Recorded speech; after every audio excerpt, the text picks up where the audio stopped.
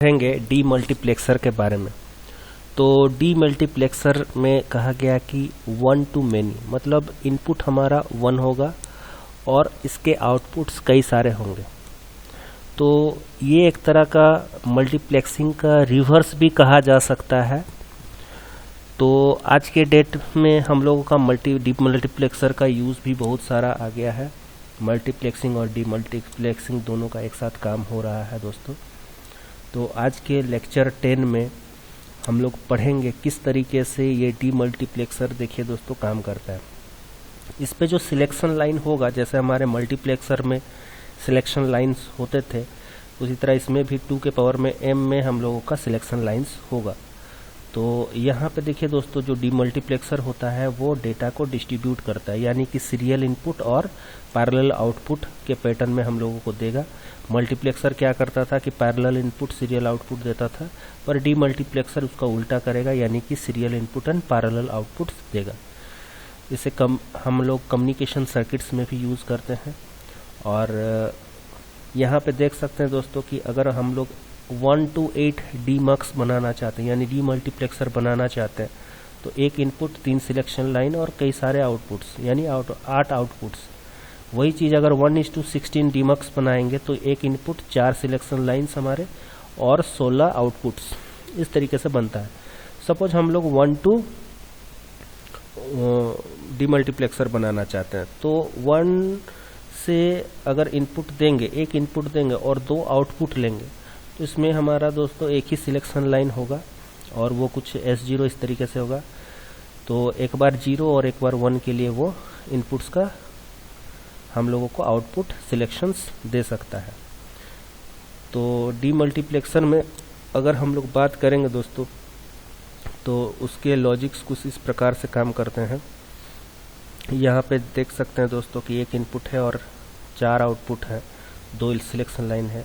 तो ये 1:4 D multiplexer है। और ये इसका ब्लॉक डायग्राम है दोस्तों, देख सकते हैं कि यहाँ पे हमारे 2 सिलेक्शन लाइन है, एक इनपुट है और 4 आउटपुट्स हैं। और ये इसका सर्किट डायग्राम है दोस्तों 1:4 डी मल्टीप्लेक्सर का। और हम लोगों का जो 1:2 है उसको जरा हम लोग दोस्तों बना के देखते हैं अब। तो इसके लिए हम लोग सबसे पहले अपने प्लेटफॉर्म में जाएंगे दोस्तों। DSCH का हमारा प्लेटफॉर्म जो है उस पर हम लोग जाएंगे और डी मल्टीप्लेक्सर बनाएंगे। तो सबसे पहले दोस्तों हम लोगों को एंड गेट का सिलेक्शन करना है। तो एंड गेट का हम लोग सिलेक्शन कर लेंगे और इसके बाद फिर हम लोग नॉट गेट का भी हमें सिलेक्शन करना होगा। नॉट गेट का भी हमने सिलेक्शन कर लिया दोस्तों। और अब इनपुट्स का हमें सिलेक्शन करना होगा। ये हमारा इनपुट कुछ इस प्रकार से हुआ दोस्तों। अब इन्हें हमें वायरिंग करनी है, कुछ इस प्रकार से वायरिंग हम करेंगे दोस्तों।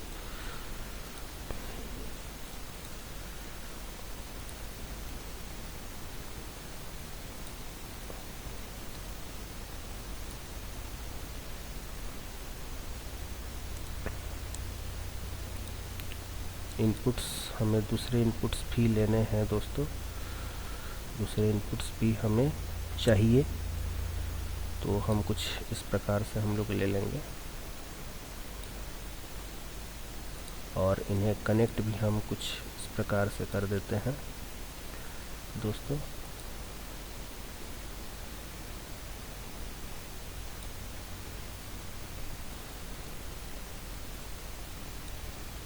जैसा कि आप देख सकते हैं। और आउटपुट के लिए हम लोग बल्ब ले लेंगे दोस्तों, LED बल्ब्स, इन्हें भी हमें कनेक्ट कर देना है।